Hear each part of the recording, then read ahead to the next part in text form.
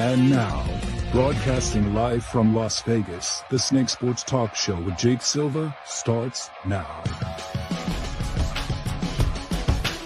All right, ladies and gentlemen, here we go on a Thursday.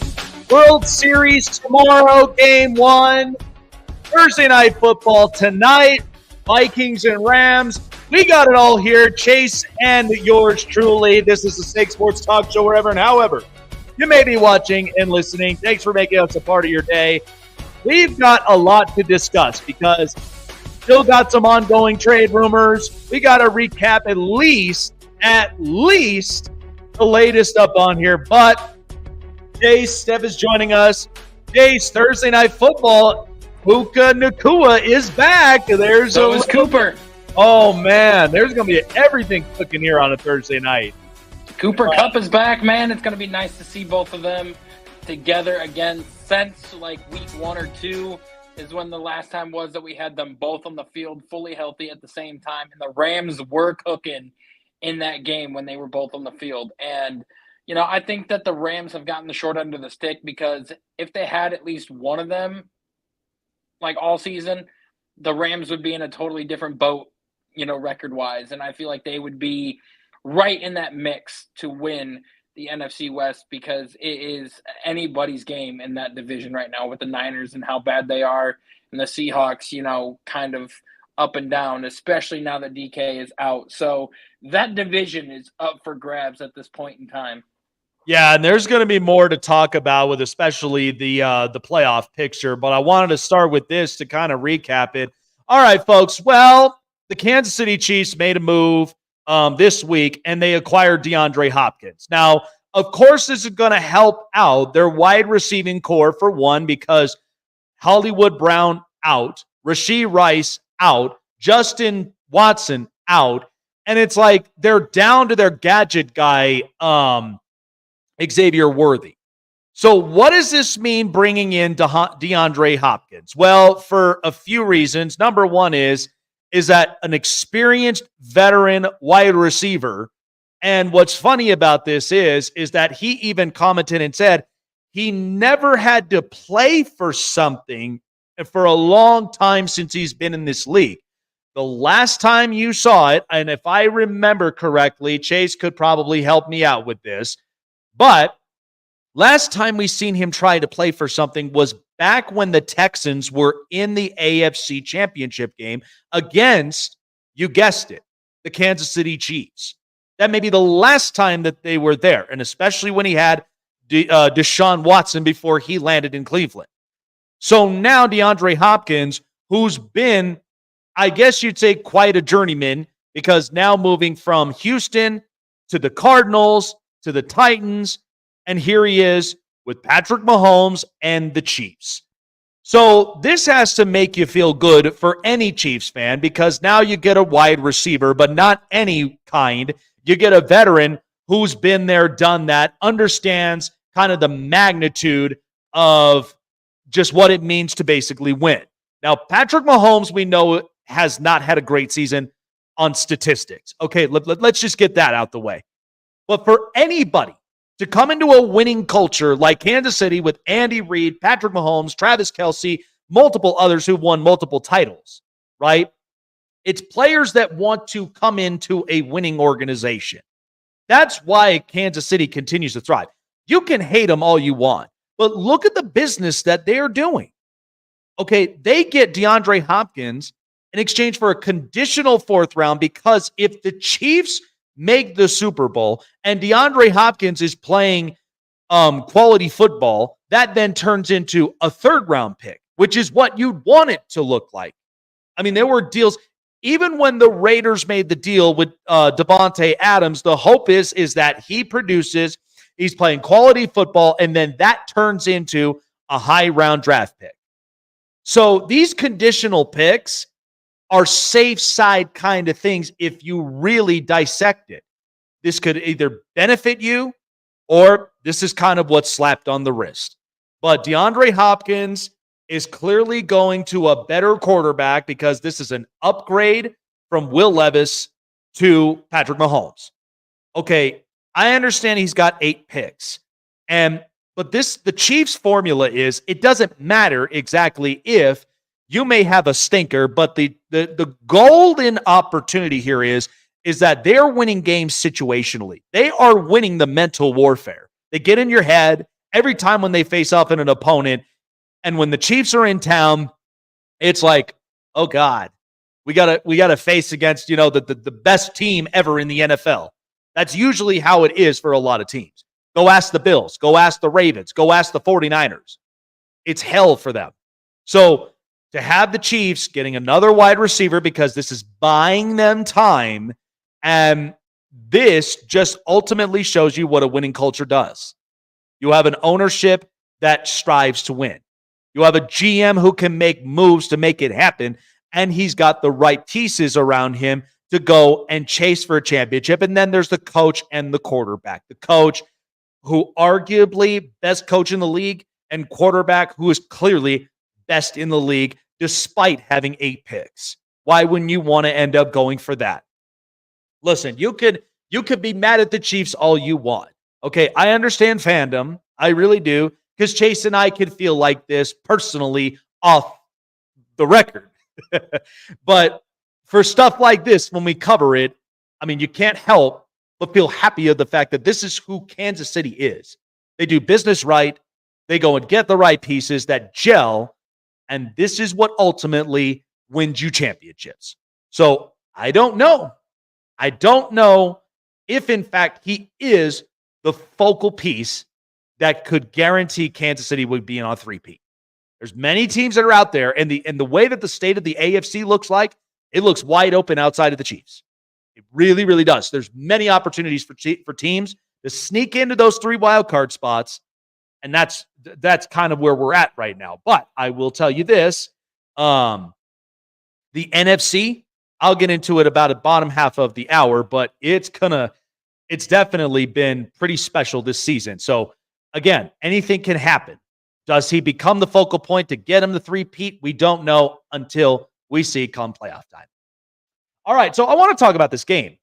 So the Vikings are on the road. They're a 3-point favorite. I personally, and I'll get into more of the prime predictions with Chase and I here, but I do like the Vikings tonight. And the only reason of it is because 3 points, I'll take it. But reports, and I don't know how true that this is, but apparently the Rams are in the business of potentially shopping Cooper Kupp. But another name that has been thrown out there, and we've also had some conversations about it here and there, is quarterback Matthew Stafford. Now, tonight, they get Puka Nacua back. Okay, I don't think he's going to make much of a difference tonight because he has been sidelined with an injury for quite some time. But I do think he's going to get some targets, maybe not a whole lot of them, but he'll still be a very good offensive force. Having him back, you got Cooper Kupp now on the field, and you've also got that one young kid, Jordan Whittington from Texas, who I really like. So the Rams are kind of in this position right now. And we've said it. Now, most people, I was talking to some people off the air, and one mentioned that the Lions supposedly fleeced the Rams. If that were true, do you think Matthew Stafford probably wouldn't have done Detroit a favor if that was the case? They fleeced him. Go back to the trade once again. Detroit was at a point where they passed the torch. That's where we said moving the staff. They moved the staff to the daughter of the Ford family and said, enough is enough. We don't want to be irrelevant. We want to build a winning culture because we want to buy the Detroit Lions' trust. We want to gain their trust. Look at what she's done so far. So you trade away Matt Stafford, a very valuable piece, to the Rams, offensive coach. They then already have the weapons, and they added another one, Odell Beckham. Okay, I remember interviewing the Rams' Van Jefferson at the time and asked about how this wide receiving core when Cooper Kupp is on that field. And Van Jefferson gave me the best stuff. And so you could see at the time that this was a team that was built to win right at this moment. And the Rams knew that. They traded away a lot of first rounders and just to ensure they've already got the star power with Stafford now acquired, Aaron Donald already there, Jalen Ramsey, Cooper Kupp, and multiple others. They were aware of the business they were getting into because in Los Angeles, let's be honest, you are not talked about if you're losing. Okay, so if the Rams were constantly losing, they would have been the brother in the back seat and nobody's talking to them.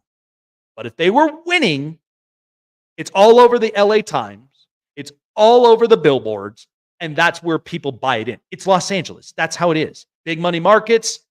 You got to win to be talked about. You don't, nobody's saying anything. So when the Rams got Stafford, it was a perfect opportunity because there was a lot of trust in him. Sean McVay clearly couldn't trust Jared Goff that way to the point where they swapped quarterbacks, and yet Detroit got an overhaul of picks. Tell me Matthew Stafford didn't give you a favor there. Because all of that was doing is that was allowing you to go and get pieces that hit. Aiden Hutchinson, Jamison Williams, Jahmyr Gibbs, Brian Branch, all these young kids, Sam Laporta, and they've built a culture with a culture-setting coach, Dan Campbell. So now the Rams are at a point where they knew what they were going to get themselves into. And now there's reports they may be shopping Cooper Kupp, and potentially Stafford's name's been thrown out there. I don't know how accurate that is, but it's being thrown out there. But I figured I'd break this down perfectly. So a while back, Chase Daniel, a former quarterback in this league, broke it down. I don't have the audio bit, but he said there were 3 teams that could potentially be involved in this that would work perfectly. One was the LA Rams. The other was the Carolina Panthers, because if you watch Bryce Young, and I'm going to watch him Sunday, I'll be down there in Mile High, and I'll get a chance to see how Bryce Young will play since the quarterback change. And there's a reason for this. I won't get into most details, but there was a reason why the quarterback swap. But they were involved, and then so was the Miami Dolphins. So this was how it was going to potentially work. The Rams would trade away Stafford. They would acquire picks, but then they would also go and get Bryce Young, because Bryce needs an offensive coach who's competent, a culture that clearly knows how to win and knows how to be stable. Think about it. Stan Kroenke, Les Snead. I mean, that's a very good culture. If you ask me, they won a Super Bowl in 21. It makes sense. And then you can honestly revise his skill set, make him a winning quarterback. That's what Sean McVay does.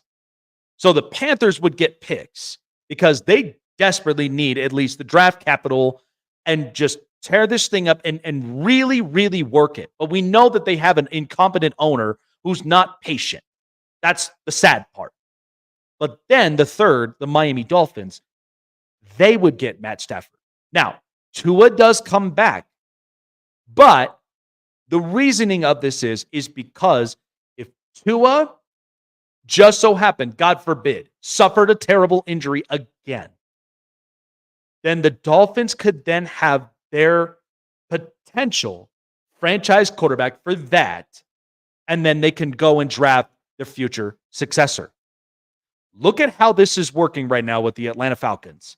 Now, we know it's been kind of shaky a bit, but they've done it to a point where they have a veteran quarterback in Kirk Cousins, and they drafted their future successor in Michael Penix. If the Dolphins were to get up on this, because look at what you're buying. You have Tyreek Hill, Jalen Waddle. You have speed all there. The last thing you want to do is to take that for granted and waste it. So even if you got a veteran quarterback who's got a very good pocket presence and he's got fast guys, clearly Stafford can throw the deep ball. All right, he's had no problem with that. But at least he can be your rental for now and then get your future successor at some point. So I don't realistically think that this could happen, but I'm not going to close the door on that potential opportunity there. That's an interesting one. So now Stafford, and what was told is that there would have been links to the Minnesota Vikings. Why though would you change up the offense if it's clearly working right now with Sam Darnold? I know Darnold is having a comeback player of the year kind of year, but I wouldn't want to change that offense. If it's working for Justin Jefferson and Jordan Addison and multiple others, why would I want to change that? I mean, I'm just saying that there's leaks. I don't know if it's true, but there has been leaks. And I figured I would open the door up on that. But for Cooper Kupp, could you imagine him on any other team? Like Chargers, per se, or the Pittsburgh Steelers? From what we're told right now, are those teams that are linked to it? Imagine that. You get a veteran receiver. You can elevate your receiving core and maybe potentially boost yourself up in the playoffs where you can make a deep playoff run. So there's possibilities there. But I figured on the Stafford thing, it's not a bad idea to think about. I don't know if it'll realistically happen, but I like the thought. I like a little bit of food for thought from there. All right. Good stuff. We got a lot today. And again, like Friday's going to be something special here because that will be arguably one of the longest nights that I will have to that I'm going to cover on that. But like I said, I just think when you look at certain teams now, I mean, with this DeAndre Hopkins move, this clearly helps Kansas City in their receiving core because, good God, it's like they're getting hit with the injury bug. They're not sweating it this much. I just think they're bringing him in because a veteran receiver hadn't played for anything that was important in quite a while. I think the closest thing was probably 2019. That may be the closest thing there. But, I mean, people get it well, but that's business there. They're not sweating it because they know Isaiah Pacheco is going to be back like week 14, week 15 or something.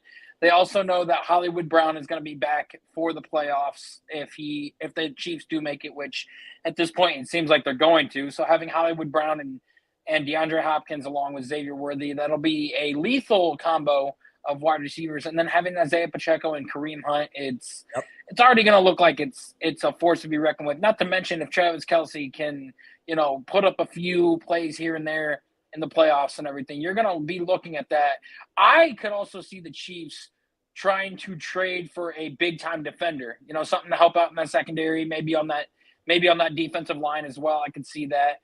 But, I did see that it was either Schefter or Rappaport had reported that a lot of the Vikings front office flew down to L.A. to this game tonight to watch Matt Stafford play because I've been hearing that the Vikings are going to make a hard push for Matt Stafford, and they're going to do like a Sam Darnold, Matt Stafford trade, which, I feel like it wouldn't be that bad of a choice because with the Vikings offensive line, pairing him with Kevin O'Connell, and then having wide receivers of Justin Jefferson, Jordan Addison, and then TJ Hawkinson coming back, like that'll be a great fit for Matt Stafford. That might be the push the Vikings are looking for to put them over the edge in that division. And this is the thing, though, and like I said, and this just confirmed it here. I was never going to close the door on the opportunity that this may happen. But I am a firm believer because I am looking at body language from these players. Mm-hmm. I mean, you already had 6 weeks of Sam Darnold. Now you're going to have 7. Okay, and my only question mark is because when I look at that offense, do they feel much more comfortable with Darnold, or would they be more comfortable if they make that move with Stafford?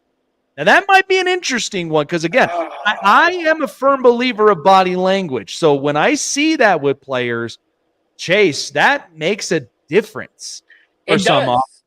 It definitely does. But I do think that, they would be very, very comfortable and very happy with Matt Stafford coming in, even if Sam Darnold was to leave, because, the Rams thinking is they would like to build the future around Sam Darnold because he is like 25, 26 years old, still very, very young.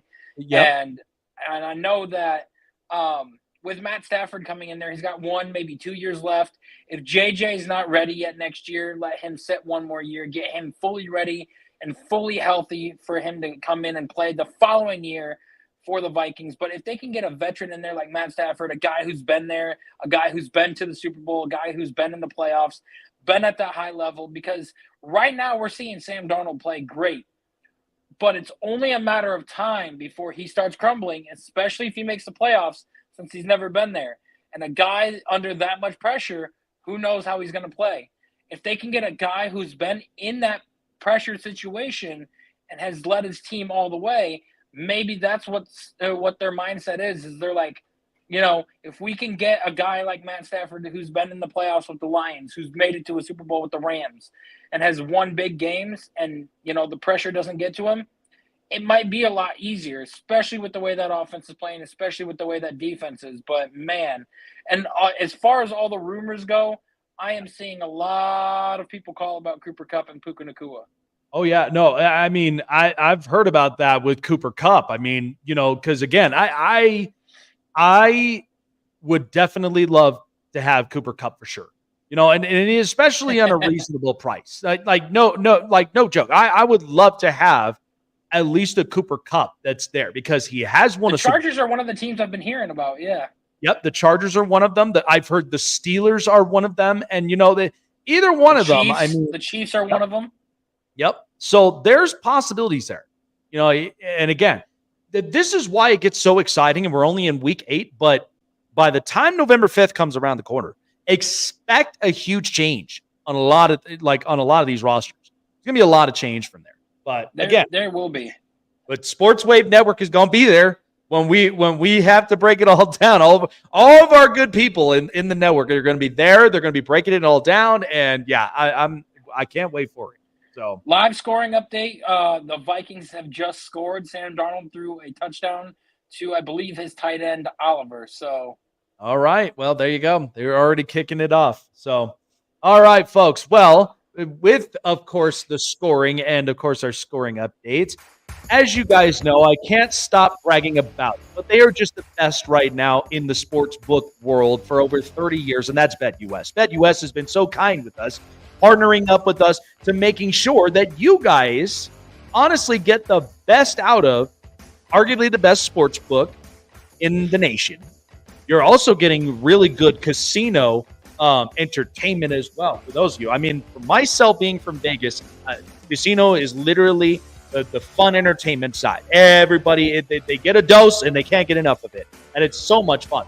Plus also parlays, single bets as well, prop bets as well for those of you that are into that. And betting right now it's getting hotter and hotter by the minute, because hockey season is already underway, NBA season's underway, football, college football as well, and the World Series tomorrow. And so there is lots to check out at BetUS, the best sports book in the nation, and also for your casino entertainment. When you sign up, there's a 125% sign-up bonus of up to 3 deposits of $50 or more that adds up. So every time you deposit, you'll get at least the bonuses up to $2,000. That means double the fun, or triple the fun, I should say.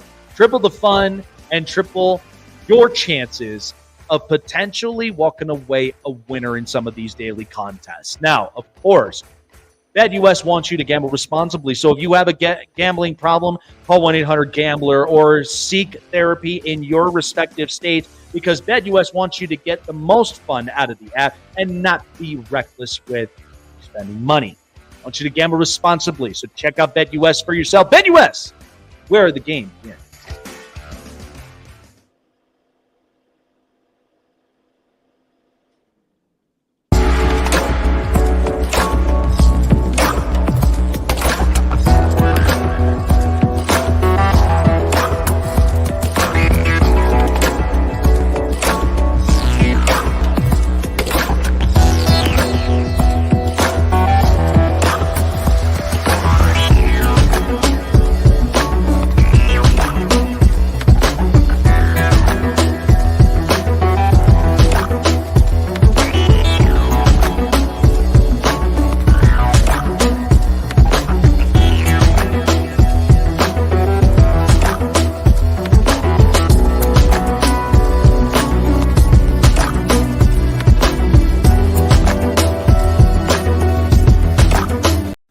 sports fans? Your favorite sportsbook, BetUS.com, is back for our 28th year of NFL action.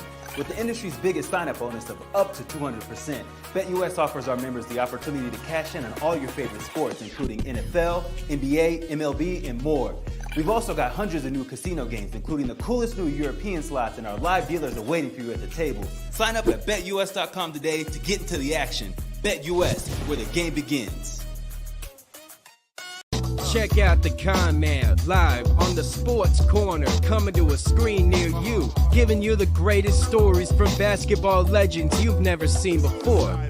Sharing their glory, building the toughness, and how they show off their swag. But only one man knows all that, and that's the Con Man. Join Michael Conceição, the Con Man, at the Sports Corner, Fridays at 5 p.m. Eastern, 2 Pacific on Sports Wave Network.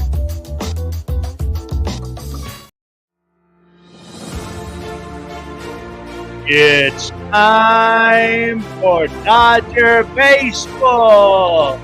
That one is driven deep to right field. There it goes. See ya. A long home run for Aaron Judge, and the Yankees lead at 8-6.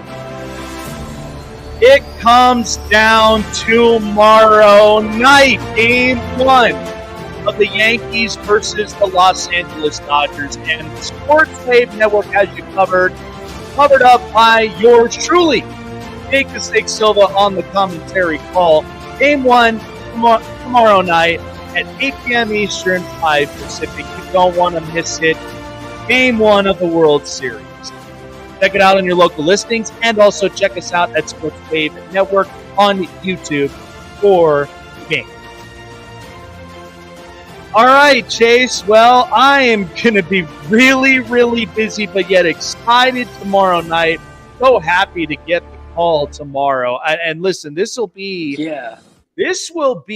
my third World Series I've called, and I've loved it, man. Like, I have had. There you go. I've had such a fun time. Like, and it's funny because, many people, like, they've seen me where the greatest call, I put it into the group chat and everything. It was 4 years ago when the Dodgers were playing the Tampa Bay Rays. And that was when the Rays walked it off to tie the series. And that was arguably the greatest call we had in the previous network I was part of. But still, everybody remembers the call. Everybody remembers how all of that happened. It was a fun World Series. Yes, COVID, it sucked, and it was short. But still, we at least got some quality baseball up on it. So go Dodgers this year. Go Dodgers. Forget the Yankees. Well, here's what I will talk about, though, before we get a little bit more into Major League Baseball. But we were talking about it earlier. So the Minnesota Vikings, they've already scored. The game is underway right now against the LA Rams. Here's a point that I've been saying now for the last couple times is the NFC. This has been a great year for them because quarterbacks are finally starting to hit. Jaden Daniels, Caleb Williams, and multiple others. Okay, so the NFC, they needed the push. They needed the jump because the AFC has always been the best conference in the NFL because Josh Allen, Joe Burrow, Patrick Mahomes, Justin Herbert, multiple other quarterbacks in the AFC. So the standard has always been high. But in the NFC, it was always a bunch of teams with hidden gems. I mean, you got your Dax, you've got your Jalen Hurts, you've got multiple other quarterbacks that you have, but they've never had the big push and the jump. So when I look at the state of the NFC today, I would not be shocked, and neither should you, that if this NFC North, because right now, Vikings, Lions, Packers, and the Bears are all playing quality football. I would not be shocked and surprised if potentially all four make it into the playoffs. Let me tell you why that this would make it a break. And the only reason of it is because I'm watching two divisions, the NFC West and the NFC East. You are getting massive breaks from both those divisions because right now, the Eagles are not a very good situational football team. Let's be honest here. With Nick Sirianni, they have I love their roster. I really do. But Jalen Hurts right now has not been playing his best football, but yet they're still trying to find ways to win. But the problem of this is because Nick Sirianni is not situational. The Cowboys are a hot mess. The Commanders right now are on a big hit, and that may be the other team there. But if they win the division, that would have everybody going nuts. It would have everybody going crazy because I thought the Eagles would have won this, but that would have all landed on Sirianni. And the Giants are the Giants right now. And what was told is that John Mara came out and said they are not going to move on from Brian Dable or Joe Schoen. They will be back in 25. They made it clear. So they're not moving it, the coach or the GM. I'm kind of surprised considering the fact Saquon Barkley did the business against the Giants. I'm very surprised. The NFC West, look at them. I don't know what to think of the Cardinals. I really don't. Seahawks, they could be streaky. I don't know if I trust that, but I like some of their pieces. The Rams right now, injury riddled, could be on the seller's market. We don't know. And then there's the Niners who are decimated with injuries right now. So what do all four of these teams have in common in the North? All four, quarterback play has been very good. Jared Goff, Sam Darnold to a T. Now, hopefully Sam Darnold can keep this train up, but I love the comeback story. Jordan Love, and now Caleb Williams. Okay, they finally Chicago has cleaned up a bit of their mess, and Caleb Williams clearly looks like a hit. Another thing, defensively, all these teams look good. Vikings defense under Brian Flores has looked really good. They've been shutting guys down, and they've been making some plays happen. The Lions, yes, they lost Aiden Hutchinson. But here's the other thing. They have not thrown in the towel. They have not. They may be going and getting an edge rusher potentially to match up with Aiden Hutchinson for next year.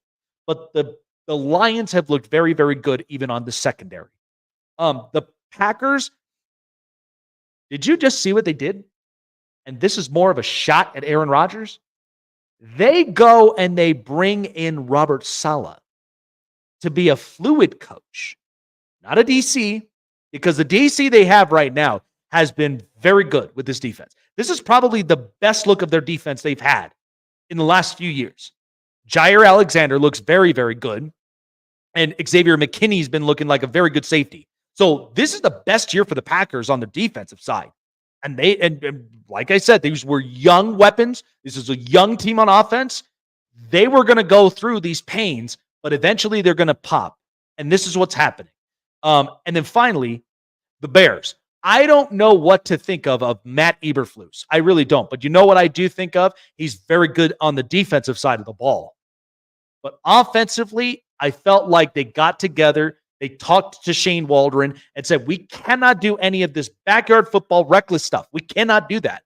We have to get on script first. In order to really build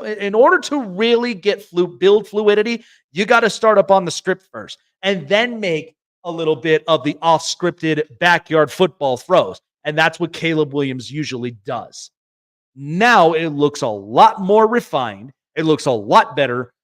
And the defense for the Chicago Bears, they've always had good defense. All right. And this is what's kind of the reality of this. So don't be shocked and don't be surprised if I pointed this out to you and said, the NFC North, all four of them may potentially make the playoffs. All four. I ain't being crazy. Okay. This is right now the state of the NFC. Cowboys are a hot mess. Eagles can't seem to get things done situationally, and that's not the player's fault. There's some of it that Jalen Hurts has a bit of that blame pie, but it's not all on them. And then there's the Niners riddled with injuries. You have the Rams riddled with injuries. It could be on the seller's market, but don't be surprised if this is literally how it goes. And Chase is my witness for this. So if it goes down the way that I think it would be. And listen, the Chicago Bears have not had anything positive in years. This is the opportunity and the time to do it. I'm seeing a lot of Detroit Lions fans right now coming up out of the woodworks after one great season. They have finally developed a culture, and the culture seems to be working. So maybe this is a time where if the Bears make the playoffs, maybe it'd be a good time to feel good about the Chicago Bears again. Chase with the news. This is the Hot Press. I'm not crazy for saying this, Chase. I mean, I'm telling you, I'm looking at the state of the NFC. I mean, this has been a good year for the NFC because finally they're getting the push. They're finally getting it to a point of like what the AFC goes through on a daily basis. So, again, Eagles can't get situations right, and I think most of that is because of coaching.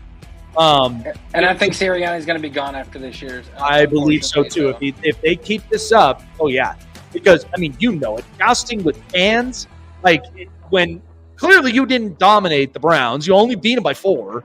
You didn't dominate them. So when stuff like this is just like, I don't know. He had A.J. Brown and Devontae and Saquon, and they still couldn't beat us. Yeah. By a lot. Yeah. And then the Niners, you just saw this past week against the Chiefs. They're injury riddled. Now they're without Brandon Ayuk for the year. And things don't seem to be clicking very, very well. So that's why I think the NFC North is getting a break for this. And you know what? This could be very good for Chicago because they have not had something positive to look for in the last, I don't know, probably since they've ever had a quarterback, at least a quarterback that hits. Now they finally got one, but this is where you have to maintain it. Right, so you have to be structurized with this. You can't just throw out the confetti, throw out the pom poms. At least be happy with where you're at now, but then build upon it so that you can make it to the playoffs and punch your ticket in. Yes, definitely. So, in other news, we have had a quarterback injury this past weekend. Yep. The quarterback for the Cleveland Browns during mid-game went for a design run play right in the red zone and tore his Achilles. He is done for the season, and Jameis Winston is getting the start. And then there was some backlash with the players and fans after the game was over with, and a lot of the players are really upset, and a lot of the fans are, spouting off at the players, saying that they just need to shut their mouths and do their jobs. Yeah, no, that was. I'm sure you definitely went off because I was like, when I listen, there's a part of me that, like, at the end of the day, you and we cover this stuff, but when I look at the fans. And look, fans are going to feel however they want to feel. We can't control it because it's numbered by the masses. I mean, that's usually how it is. But still, I am a big believer in karma. And this is why your culture is set this way. I don't know, man, because this is why Cleveland has not found so much success over the last 20 years because of stuff like this. And I'm like, if you want to be better, I mean, look at what's happening in Detroit. Look at what's happening in Chicago. They're not heckling like this to a point of where you're cheering after an injury like that. Like, look, I know you may not like Deshaun, the guy. But when an injury like this happens, you don't wish that upon anybody. But this is why I think a lot of this is on the shoulders of the has-been. Because you are the owner. This is how your culture's set. You got to figure out a way to change it. And like I said, we'll get more into details of it, but here's my deal. And I was talking about this a little bit earlier on. But the Browns owe $4.8 million. The only best advice I could say, Jake, is go get the value you have right now. Because that way you get draft compensation. You'll then be able to free up cap space so that you can not rebuild, but you could reload and retool, make and get this team back on track. Because I would hate for all of this to go down south with a very good GM in Andrew Berry and a very good coach in Kevin Stefanski. I would hate for that to get wasted. So that's why I'm like, Yep. if there's a window of opportunity, it's right here, right now. That's all I got to say for it. Yeah, and I think that you are absolutely right. I think that if they just cut their losses from Watson, they eat the cap. I know that it's a lot that they're going to have to deal with, but you want the culture to change in Cleveland. You're going to have to get him out of there because it all started when he came back this year. And, there's a lot of people saying that if that was DTR that went down with that injury, the stadium would have been silent. And, it's tough, but I do think a retool is necessary. That's why I don't think they're going to trade away a lot of the big-name guys that they've got. But the way that Andrew Berry works is going to work around the cap is he's going to sign guys like Myles Garrett to an extension, push that a lot of his salary into a signing bonus, and then he doesn't have to pay them the big money until after year 2 or year 3 of the contract, which Deshaun's contract will be up by then. So he'll be able to save a lot of money. Now, going into other news involving the Cleveland Browns, they had the city of Cleveland sue the Haslams and the Browns organization for their potential move out of the city of Cleveland to Brook Park. And they were saying that they are invoking the Art Modell clause. And now it is reported that the Haslams are suing the city back, saying that they want to challenge this ruling and see if the Art Modell clause is a real thing. I don't know. Like I said, this all comes upon how you shape the culture. You could clearly see this. Again, we've seen worse with like Dan Snyder and how the state of Washington was. Once he got out of there, the Josh Harris group now, their agency, they took it over, and now they're like everything is hitting, and they've also got spending money for next year.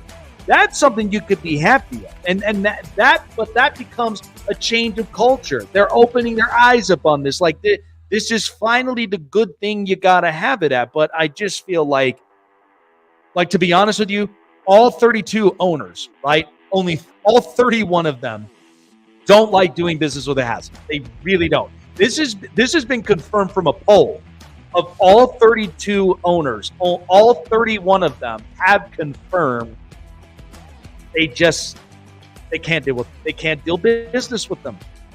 And but when you're hearing this from just the city of Cleveland, that should just tell you that. I should just tell you like that. This is not. Yeah. I think when they bought the team back in 2012, I think that was a huge mistake because that was when everything started going wrong because they started making executive decisions from then. And then they're making executive decisions now, and it's just pulling everything apart. I think that they need to sell the team, but I don't think they will until they kick the bucket because I don't think that they have any kids. So, think of it this way. They are also owners of the Milwaukee Bucks, so that should also tell you, too, how the state of the Bucks would go if, in fact, Giannis is not happy. Yeah, they're 25% ownerships of the Milwaukee Bucks, and it's absolutely insane. Now, the last bit of news that I've got is Jameson Williams, star wide receiver for the Detroit Lions, a guy who has just been getting himself back on track and has had a big season so far in the NFL and is looking like that either true number 1 or that solid number 2 option for the Detroit Lions. And he missed 6 games last year due to the gambling problem that he had. Now it is to be confirmed that he will be serving his suspension this week for 2 games for violating the league's PED policies. Do you think that the Lions should, look at trading him and moving on from him? Or do you think that they can right the ship and get him back on track and make him a star wide receiver? No, I think they honestly should stick with Jameson because here's the deal, is at least with this. Now, if this was another gambling problem, absolutely I would ship him out of town. Absolutely I would. But this is only a PED use, and it's only for 2 games. So which is kind of the break. They are not punishing him heavily. But think of this is a 3-strike you're out clause. So the Lions are doing their due diligences. They want to make this work, but that's up to Jameson to really make that happen. I mean, that's the thing. You'll make some sort of mistake in your job. Like, we're all given the 3 strikes you're out rule. That's just the name of life, and that's the name of the game. And so when you're on thin ice like this, your hope is that you get your act right for the right reasons. So I don't think they should move off him just yet. And like I said, if this was a gambling problem again, then I could see this differently. But because this is a BetUS, I don't think they should. But I do believe that is a disciplinary action you take into action. So hopefully he gets back on track, gets this right, and doesn't get himself into any more shenanigans to at least help the Detroit Lions out. Because if they're being serious, you don't want to be going out there and messing up, and then all of a sudden you now are a crucial piece, and then what happens to the Lions after? Like that's the thing, I mean, you got to kind of buy into. Yep, and that's all I got for the news, except for Ohtani is not pitching in the World Series unless it's an emergency. So yeah, well, I would not want to see him pitch either way at this point now. I would wait until 25 comes around the corner. Yes, sir. All right, sir. Chase with the news. This is the Hot Press. All right, so we've been on fire here for the prime predictions. Now we're going up into week 8, and we're going to break this all down from here, queuing it up here for the prime predictions. Let's turn it up. It's Jake's Prime Predictions.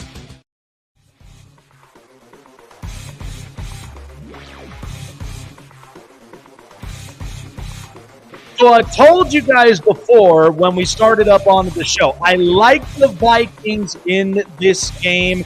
-3 is all I need from here. Listen, when the Vikings lost, the Vikings did not lose miserably. They only lost by the field goal game winner against the Detroit Lions. It was a great game. It really was. And so, to me, I feel like the Vikings, I love their defense.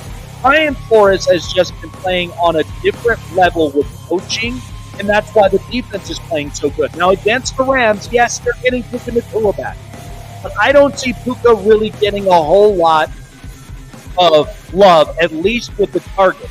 I will take the Vikings here in this game tonight, and I'm going to give it a very good win for them, answering it back after the loss against Detroit. I'll take him to win 27-21.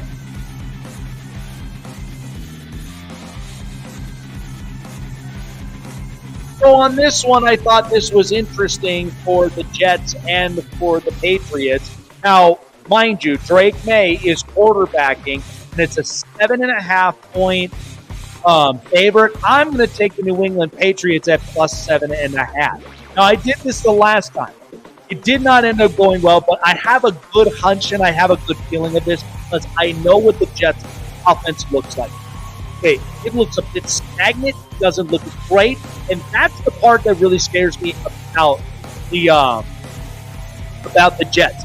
Last time these two faced off, Jets won convincingly. But here's the difference.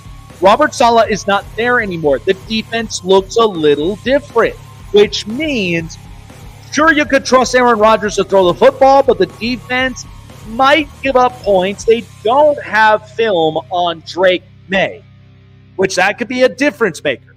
I will take the Patriots 7.5-point underdogs, but I do believe the Jets might win in this close game from here. It might get pretty ugly, but I'm going to take the Jets to win 24-23, but give me the 7.5 points from the Patriots. All right, Eagles and Bengals. I personally don't really like the chances of the Eagles, even though I think they might close it in good fashion, somehow, some way. But I'm going to take the I'm going to honestly take the Eagles at +2. So this is one of my things. The Bengals right now, You don't believe it, but Joe Burrow is having an MVP caliber year. Just go look at the statistical numbers. The team may not show for itself, but this is one that I think the Bengals are going to give the Eagles fits. The only thing about the Eagles is that they do have very good defenders. The problem is the Bengals have not been playing very, very good defensively, and that is the part that's going to be the difference maker. I do not believe that the Eagles will win this game convincingly because this is not last week. So against the Giants, this time you're going to face against a team with a quarterback that may give you fits. I'll take the Eagles to win here on a close margin, 27 or 28-27. But I do believe, though, that the Bengals are going to give them fits, so I do like the plus points on the Eagles this week. So the Packers are facing off against the Jacksonville Jaguars. Not a lot of people really like this game. I don't either, but I'm going to go with the Packers at -4. So is this honestly going to be the last straw for Doug Peterson to get fired? I really do hope it does because I don't see the Jacksonville Jaguars really been doing anything great. Now, here's the thing about the Packers. The Packers clearly have a better defense.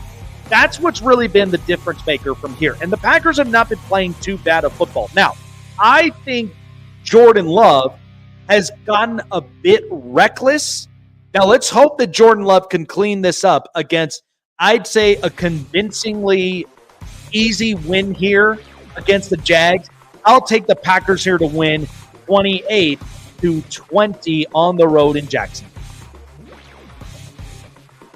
After what I saw from the Lions last week and going in against the Tennessee Titans, it is -11.5. Good God. But I am going to take the Detroit Lions here in this one at home. And this is what's kind of the big difference maker. Now, Will Levis is not starting. It's going to be Mason Rudolph getting the call for quarterback. Hopefully, Will Levis could be back next week. But the Lions right now are playing with hope. They have no Aiden Hutchinson, a big key loss on defense. However, on their secondary side, I mean, they gave it to the Cowboys, and they played up very closely against the Vikings. But man, was that a fun watch! I think the Lions, though, they're gonna honestly have some fun with this against the Tennessee Titans. So I will take the Lions here to win with the 11.5, and let's go with a 31-17. I just think the Lions, they're going to get a break from this against the Titans, who are big-time sellers. Now, I do believe the Falcons are going to honestly come out swinging against the Buccaneers. This is a very good spot for them. I'll take the Falcons -2. Now, they're on the road. Here's the difference maker. Baker has been playing very, very good football, but here's the problem. They are injury-riddled at important spots at wide receiver. Mike Evans is not going to be healthy until after the bye week in Week 11. That's a big hit. Now, the other hit is Chris Godwin's done for the year with a dislocated ankle, and that's the one part that really hurts him. So that means the young rookie out of Washington, Jalen McMillan, now has to step in and be that number one receiver. I think Baker's going to have a hard time, especially with this Atlanta defense. Now, it hasn't been great against getting pressures. They haven't been that great up on it, but I trust Kirk Cousins. I think, honestly, he's going to make the moves, and he's going to make exactly the potential for this team to get in the game. I will take the Falcons to win from here, and I'll go with a 24-20 win on the road. Now, just because the Cardinals ended up winning this game in a big way on Monday Night Football, that was ugly. I'm honestly, because Tua is back, and he will be back to getting the starting job for the Dolphins, I will take Miami here on this game at -4.5. The Cardinals, I mean, that defense looked good against the Chargers, and I think a lot of that was because the Chargers started to get conservative in some of those areas. But this Cardinals defense, realistically, is not that great. And with Tua back, that means now the offense is honestly going to end up really starting to come to life. When their quarterback comes back, Tyreek Hill, Jalen Waddle, multiple players, they're finally going to end up clicking up on offense. So I'm going to take the Dolphins at -4.5, and I will give them, and it's not going to look pretty, but I'll give them a 27-21 win over the Arizona Cardinals. I don't really have to say much up onto it because honestly, and I hate saying this because Chase is my co-host, but I'm going to take the Ravens here in this game against the Cleveland Browns. And look, it looks like a dumpster fire right now for Cleveland. It does not look good, and I feel bad. I feel horrible. But it's a -9 here up on this one. And Lamar Jackson's been riding the hot hand, now being 23-1 against the NFC, and comes into a division rival opponent. I just think right now the Cleveland Browns need to make fire sales. I think they honestly need to get some compensation back. So I'll take the Ravens here to win in this game, and I think it'll be one. Not looking so good. I will take them to win here 30-17 with Jameis Winston at quarterback for the Browns. Now, this is a hard one. Now, this is an in-division rival, of course, as well, with the Colts and the Texans. And the way that the Texans have been playing, it's been kind of tough. Now, I think the Texans will end up winning this game, but I'm going to take the Colts points 4.5. The last time these two met. Now, the Texans have, in fact, been playing very, very good, but yet hard-nosed football. It's been kind of tough. The Colts now, they are trying to really disrupt their division rival opponent, and being on the road in Houston could make a huge difference. Now, the Colts, they've been playing some very interesting football from here. Now, not a lot of things seem to be pretty good in some areas, but I think if the Colts, they want to be smart about it, they may want to end up playing a little bit of spoiler, rough it up. I think the Texans will win this game. I really do. But I think with a 4.5, give me that. I'll take them to win 24-23. And an in-division rival opponent, I think the Colts might actually come out playing. Now, because the Chargers should have won the game on Monday Night Football and didn't, that's going to be a bad taste in their mouth. And they're coming home against the New Orleans Saints, who clearly look like frauds. I'll take the Chargers here in this game against the New Orleans Saints. Now, here's the break on this. It is 7.5 points, which is why I'll go with the Saints points up on this. So the one thing about this is because did you watch that offense last week and how conservative and how bad that got? They settled for field goals. Jalen Reagor, a fumble in the end zone was bad. They could not get anything scoring. Now one against a bottom 5 tier defense. I think the Chargers have a bad taste in their mouth. Now, I'll take the points on the Saints because they are going with Spencer Rattler again. Supposedly, Chris Olave should be back. And I see this game kind of fighting it a little bit tooth and nail, but it might look ugly. I'll take the Chargers 23-21. But again, I'll take the Saints points. I think it's going to be really ugly and close. So the Seahawks right now are without DK Metcalf. That may be a big game changer. I'll take the Bills at -3. Now, just getting Amari Cooper, we know it was a little bit rough with the way that offense started, but as long as you get a couple practices in, I think the Bills will be fine from this spot here. So they are getting at least Khalil Shakir back. So this offense will be different. So I think the Bills, and against a Seahawks team that just acquired Ernest Jones, the linebacker, to upgrade a bit up on defense. Now, DK Metcalf not being there could be a big-time game changer, and I think the Bills might take advantage of it. I'll take the Bills here. -3 is all I need. 27-23. I think the Bills may end up going up on the road, and I think that they're definitely going to snag away a win here in Seattle. This is an interesting game here, but from after what I've seen from the Washington Commanders, I mean, they look good thus far. But now you're playing an in-division rival with a very good defense, not something to really kind of shy away from. I'll take the Bears here at -3. This defense for the Bears right now has been playing very good football, and Caleb Williams has also been playing very good football as well. I just see this being a very good toe-to-toe match between the number 1 and the number 2 overall picks. And I think Caleb Williams, with what he's looked like thus far, the Bears are right in the hot hand, so are the Commanders, but I think the Commanders might come down to life here in this game, particularly because of that Bears defense. I'll take the Bears at -3 here, but it may be a fun one, so keep an eye on it. I think the Bears may win 27-23.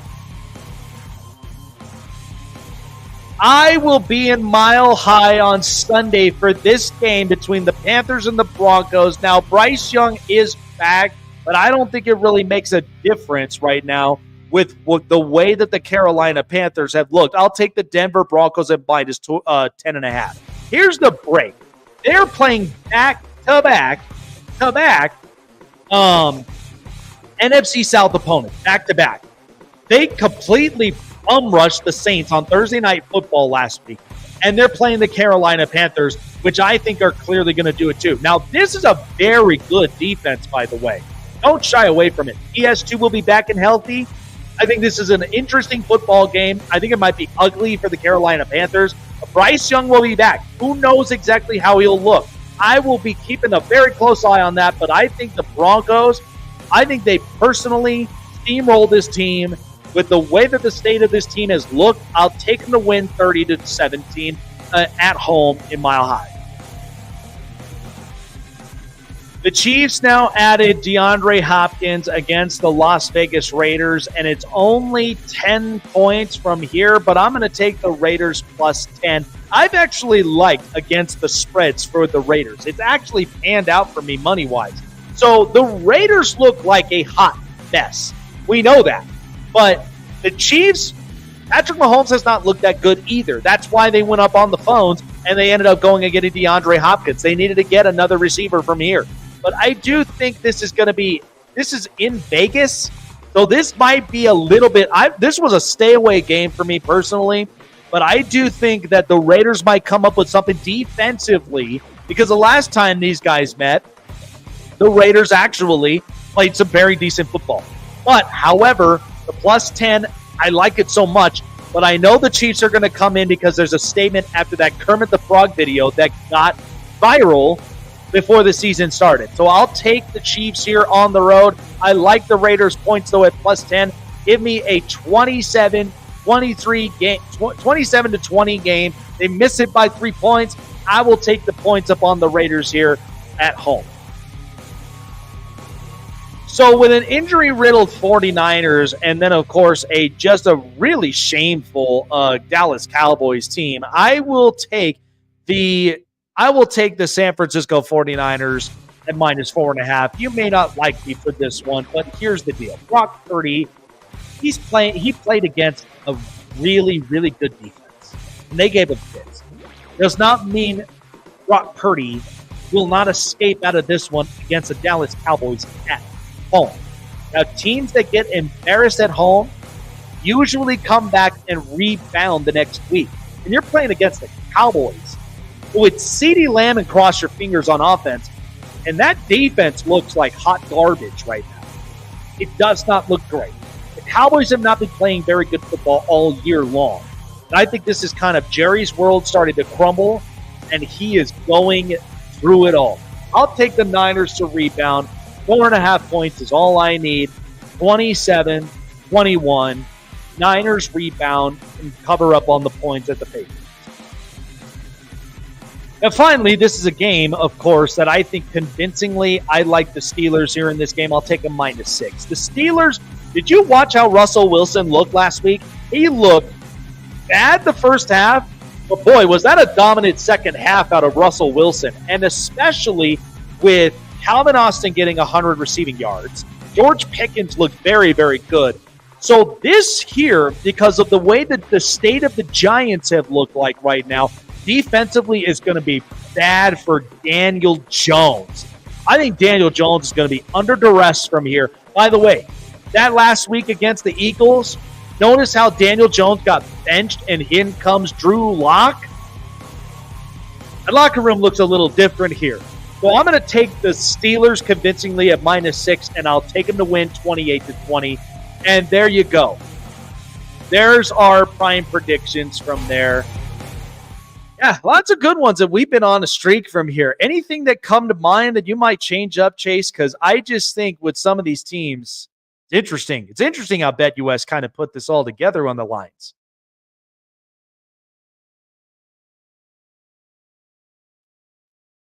Oh, you're muted. You're muted. You're on mute. There you go. Yeah, if Jaden Daniels actually plays this week, which, I haven't gotten any confirmation on if he is or not. Yeah. But if he is, I'm going to pick the Commanders because I know that, the Bears have a great defense and everything and whatnot. But Jaden Daniels has gone up against a good defense in the Cleveland Browns, and he torched them.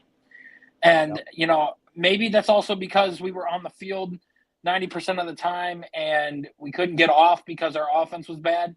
But I do think that the defense for the Commanders has been stepping up. And, if that offense can, find the magic that it has the past couple of weeks, I think that Jaden Daniels can outplay Caleb Williams like he has so far this season. And don't get me wrong, Caleb has stepped up and looked phenomenal over the past few weeks that he has actually played. And did you choose the Jets or did you choose the Patriots? So I took the Patriots points knowing that the Jets would win this game because here's the difference. That defense, the first time they played, this is a lot different than that because now with Saleh out, like the defense has not looked good. Sauce has not played the same. And here's the other thing. You played Jacoby Brissett last time. This is Drake May now, who clearly looks like a franchise quarterback. You have no film on it. So here's my thought. I do believe the Jets would win this game. I don't think that Aaron Rodgers going up against a division rival opponent that is on rebuild mode, I don't think he'll allow that to happen. But if Drake May has a very good game against his Jets team, what is that going to say about Aaron Rodgers come the Monday morning?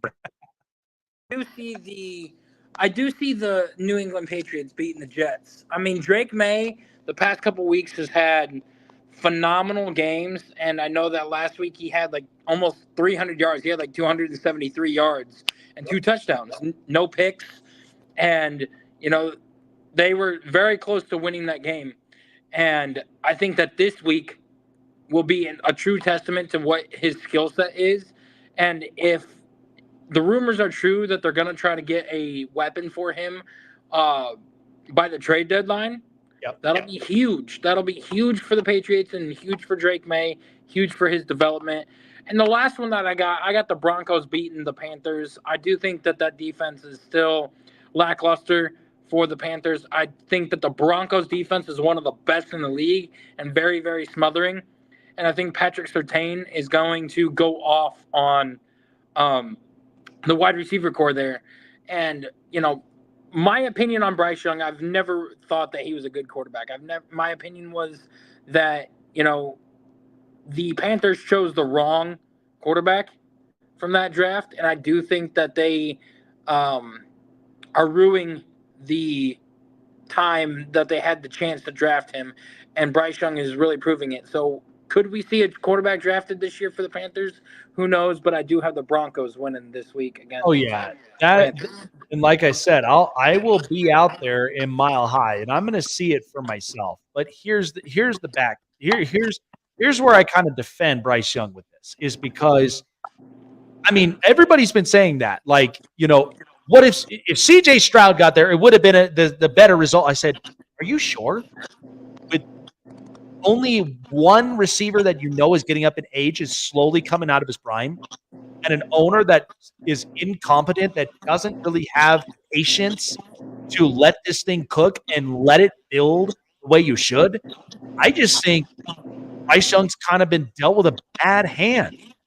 And this is why I said earlier with the Stafford thing. If you put Bryce Young, and I'm saying this because there's already proof. Like, look what happened with Baker Mayfield. When he left Carolina to go to the Rams, McVay turned him into a better quarterback. Now, he was a good quarterback at the time in Cleveland, but I think turned him into a better one to where Tampa, he's clearly a lot better there. I think it prepared him for the bigger jump. That's why I think if you get Bryce Young on the Rams to work the Sean McVay magic, clearly the Panthers don't know how to build quarterback. They don't even know how to build the right offensive team from what it looks like. Here's my argument to that whole CJ Stroud thing, and I'll also get to their offensive side of the ball here as well. CJ Stroud would have at least won at minimum 6 or 7 games with the Panthers team that they had last year, because not only does CJ have the ability to read the pressures very well, he has the ability to make the on-target throws and, make something out of nothing. And I haven't seen that with Bryce Young. I have seen him get crushed and, make stupid decisions, make, irresponsible throws and what it may come to. And I think that it's because that CJ not only has the height on Bryce, but it's also that he's been coached in a system that was quarterback friendly in terms of Ohio State with the way that Ryan Day is running those. But in terms of the offense, even this year, when they got Dave Canales, who was Baker Mayfield's offensive coordinator in Tampa last year, when he lit it up and threw for 4,000 yards and 30 touchdowns, Dave Canales is the head coach.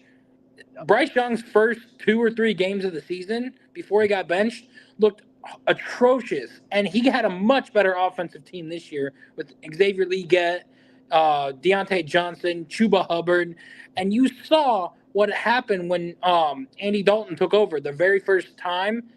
Deontay Johnson went up for over 120 yards and 2 touchdowns. Yeah. So you definitely know it's a quarterback issue. Mm-hmm. Well, and here's the thing. With Bryce Young being benched and having time to watch Andy Dalton, maybe it might change a bit of it. Because I am a firm believer of resetting the quarterback, right? So you bench him, give him time to really kind of evaluate and see exactly from that perspective what Andy Dalton's doing. Maybe this might be a good confidence thing, but like I said, I'm going to be there in person, and I'm telling you, if I see some good throws and some very good reads, I'm texting you and letting you know he's learned something there. He's learned something there, man. We'll have to wait and see, because as of right now, I do not believe in Bryce Young. I know Tim is very, very adamant that he is, that good. Mm-hmm. And Tim is very Jalen Milroe sucks. Bryce Young is great. Well, I think they both suck. So, well, we'll see. I mean, that's fair. We'll see it. Absolutely. Yeah. No, like I said, and to kind of piggyback before we wrap up, but this was my thing with the Bears, is because Jaden Daniels is shooken up. So that's the only reason. Now, again, it was a very good game, and they did the right thing by putting Marcus Mariota out there. Because why would you want to throw him out there while you're clearly dominating the game? It doesn't make any sense. So I thought that was a good thing, a very, very good thing. But as a quarterback that's shaken up, you go and you win convincingly last week, and now you're coming up against your division in a conference battle against the Bears, number 1, number 2 overall pick. Clearly, the headliners have been talking about Jaden Daniels more. You don't think Caleb Williams might actually take that into account, and he wants to show why he was the number 1 pick? But the other thing is, too, that defense is no joke for Chicago. And if you are a quarterback and you were shaken up in the midsection, I mean, Bears don't play around. They don't play around like that. They don't. I mean, it's gonna be interesting to see. Like I said, we have no confirmation on if Jaden is playing this week. I know he didn't practice again today. Yeah. So he's a week-to-week thing.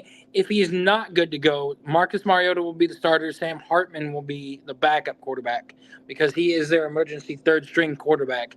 And it sucks because I was looking forward to that game all year so far because I wanted to see Caleb and Jaden battle it out, and especially with how Jaden has been to start the season. Oh, yeah. I mean, this was the game. I mean, this was exactly the game, the start of the year, where we were going to be interested and excited to see both these draft picks. But like I said, I just think that is a difference maker there. So again, that's an opportunity, and like I told you before, like on this program, don't be surprised if this is exactly the window of opportunities that the NFC North is getting. Oh yeah, I mean, there are games where you're going to face against conference opponents, and there are going to be games that are meaningful when you face division rival opponents. But I'm looking at the state of those 3 wild card spots. That's a very good possibility there.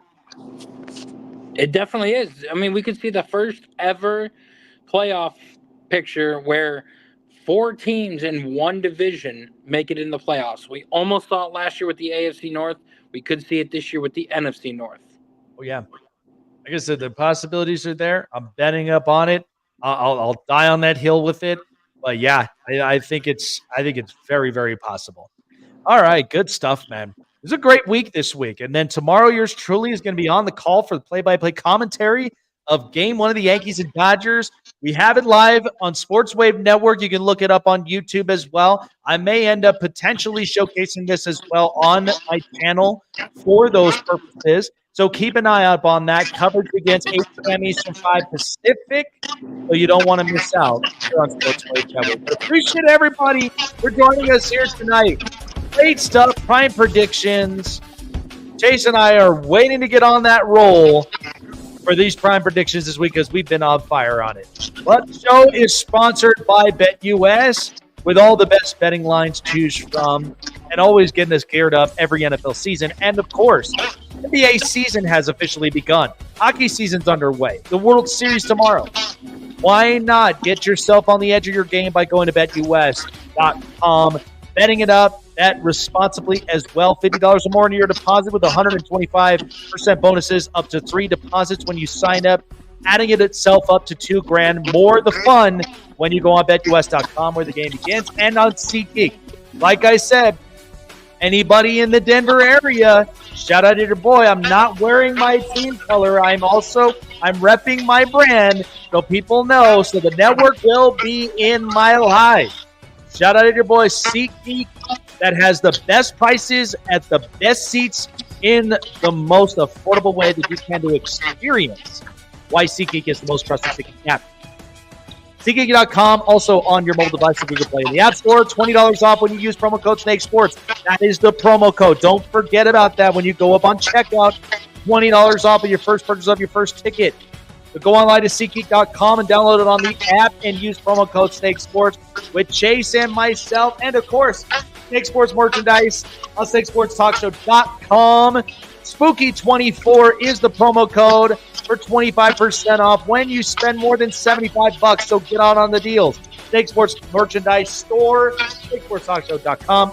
Chase and myself, we'll see you guys next week on the edition of the Snake Sports Talk Show. Take care, everyone. Take care.